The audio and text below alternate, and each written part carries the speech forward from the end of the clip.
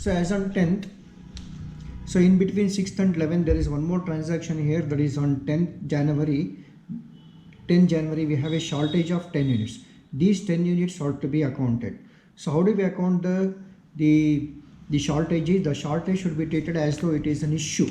So therefore on 10 January after 6th and between 6th and 11th we have taken 10 January, that is shortage of 10 units at the FIFO rate. FIFO rate means the rate which is applicable to the first receipt here, or the first balance available out of the available stock here. So these 150 units are where the rate of these 150 units is at rupees 2 rupee per unit. So therefore 2 rupee is applied here.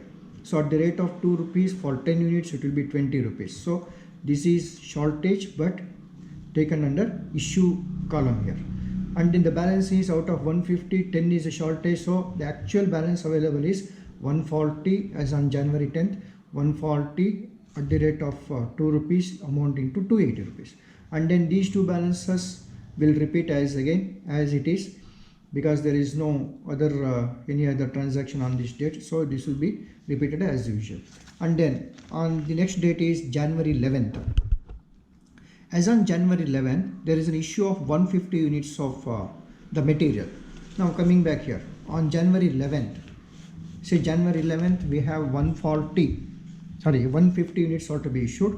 Out of 150 units, when you look at the previous balance available, we have only 140 units available at the first rate or the first receipt of materials. So therefore, out of 150, we will completely issue these 140 units at the rate of 2 rupees amounting to 280 rupees. And then, so 140 is issued, the balance to be issued is 10 units, and these 10 units will be issued out of these 200 units of stock at the rate of 2 rupee 20 paise. So amounting to 22 rupees. Now we have to write the balance here. The first balance of 140 is, this is completely exhausted. So therefore out of 200 units we have issued 10 rupees here. Just you can tally with the rate here if it is confusing for you. So 2 rupee stock is not there, it is completely exhausted. And then 2 rupee 20 stock is 200 units, out of which 10 is issued. So the balance is 200 minus 10 is 190 here at the rate of 2 rupee 20 paise, 418 rupees. And then the last balance 200 is at the rate of 230 rupees is repeated again here. And then this is on 11th. And let us go to the next adjustment is on January 19th is the transaction. So as on January 19th, there is an issue of 200 units here. Okay, now let us check back here.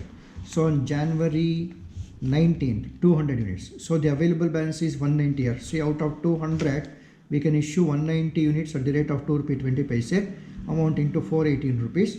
And again, the balance of 10 units can be issued out of these 200 units. So at the rate of 2 rupee 30 paise, amounting to 23 rupees. Now coming back to the balance. So this is completely exhausted. So the available balance is 200 minus 10, 190 units at the rate of 2 rupee 30 paise, amounting to 437 rupees. And the next date of transaction is given as January 22nd. Purchased 200 units at rupees 2 rupee 40 paise per unit. Now this is a receipt to the stores department. So 200 units, 2 rupee 40 paise, amounting to 480. Now we have to just write the balance here. So there is the previous balance is 190 units. It is continued here again. And then the new balance is added as 200, 240, 2 rupee 40 paise, amounting to 480. So this is on January 22nd. And again on January, so again coming back to the information here, as on January 25th also, there is on January 25th, there is the surplus is returned by the production department back to the stores department. And these 20 units were originally issued as on 4th January.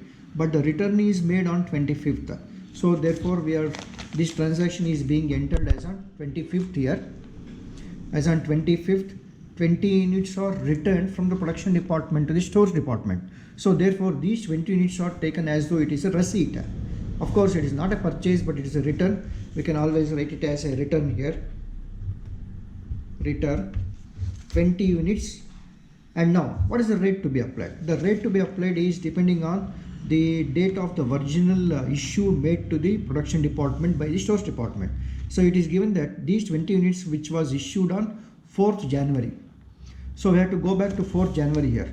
So check the 4th January here. January 4th, we have issued 150 units at the rate of rupees 2 per unit. So therefore, this rate is applied for this return because this is out of the stock. So therefore, the same rate is to be applied. So now, at the rate of 2 rupees or on these 20 units, it amounts to 40 rupees. Now we have to write the balance. The previous balances will continue as it is, and then this is taken at the end.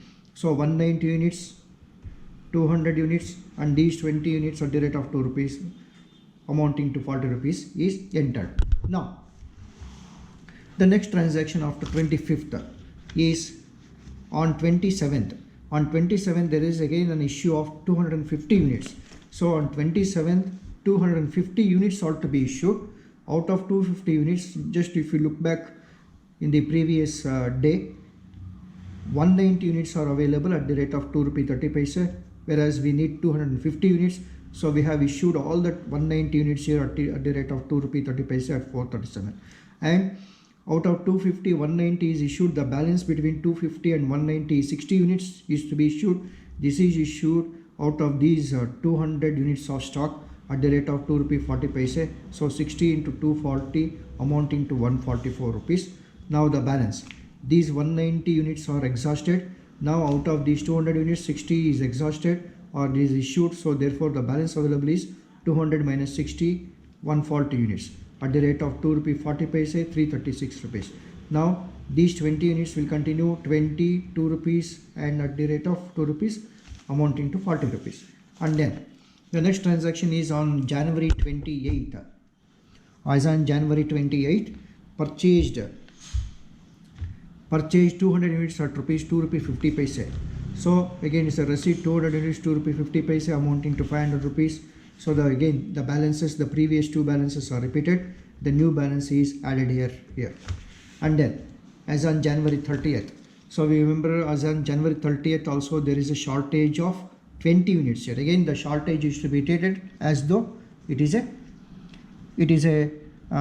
issue. So therefore as on January 30th 20 units shortage, and now these 20 units are to be treated as a shortage is to be treated on the basis of the FIFO method. That means first in first out rate. That is first in rate is 2 rupee 40 paise here. So 20 2 rupee 40 paise amounting to 48 rupees because return is the shortage is treated as a issue. Therefore it is issued very similar to it is rated very similar to the FIFO method. So therefore 2 rupee 40 paise is applied. So now the balance is out of 140, 20 is the shortage. So actual balance is 120 as on this date. 120 at the rate of 2 rupee 40 paise amounting to 288 rupees. And these two balances are again repeated here. Okay, let us go to the last transaction here is on January 30th issued again. Again there is an issue of 150 units. So these 150 units are to be issued here. Look at the balance here. So 120 units are available at 2 rupee 40 paise.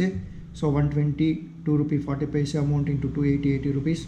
And then out of 150 another 30 are to be issued. So we have already issued 120. We need another 30.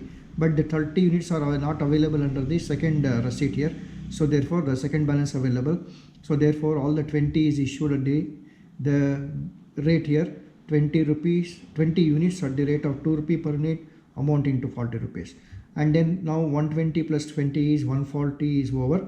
Now another balance of 10 units are issued out of these 200 units of stock at the rate of 2 rupee 50 paise. So 10 units at the rate of 2 rupee 50 paise amounting to 25 rupees. Now we have to write the balance. This stock is exhausted. 20 units are also exhausted out of 200. 10 units are issued here. So the balance is 190 units at the rate of 2 rupee 50 paise amounting to rupees 475. Amounting to 475 rupees. So this is the final stock available as on or at the end of the month here. So this is to be written as a final answer. So this is how do we write the final answer is closing stock as on 31st January 2020 is 190 units at 2 rupee 50 paise per rate amounting to rupees 475. This is how the final answer is to be written.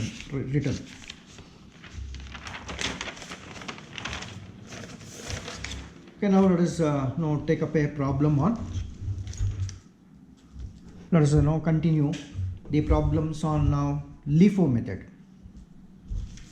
So to take up a LIFO problem, what I will do is I will go back to the first problem that we have worked out under the FIFO method. I'll take the same problem so that you can identify the difference here. So the first problem under FIFO method that we have followed here is like this. The following transactions shows the purchase and issue of materials in the month of March 2020. So March 1st, opening stock of 1200 units. Again March 2nd there is a purchase. March 5th there is an issue of 800 units. March 8th purchase of 500 units. March 12th issue of 1500 units. March 20th again there is a purchase of 700 units. March 23rd there is a issue of 500 units. March 25th there is a purchase of 2000 units. March 28th issue of 1800 units, and March 31st an issue of 300 units. So this is the problem. You can refer the same problem that we have done in the